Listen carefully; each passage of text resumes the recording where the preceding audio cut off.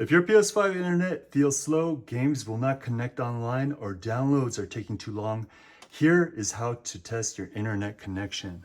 Okay, so first we're going to want to go back to the home screen.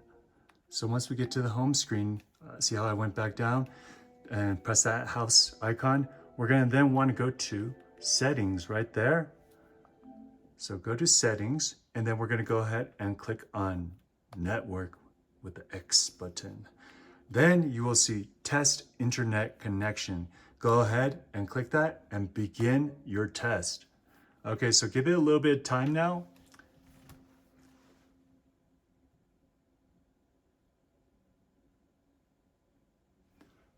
As you can see, it's still testing. It says successful, successful.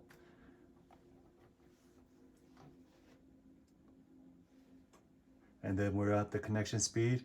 Okay, 344.5 Mbps. Now that is good. That is a good connection. We are successful. So if any part of the test fails, restart your PS5 and internet router and then run the test again. Return to the home screen, and that is how you test your internet connection and check your Wi-Fi speed on PS5. Okay guys, so thanks for watching. Please like, comment, subscribe. See you next time.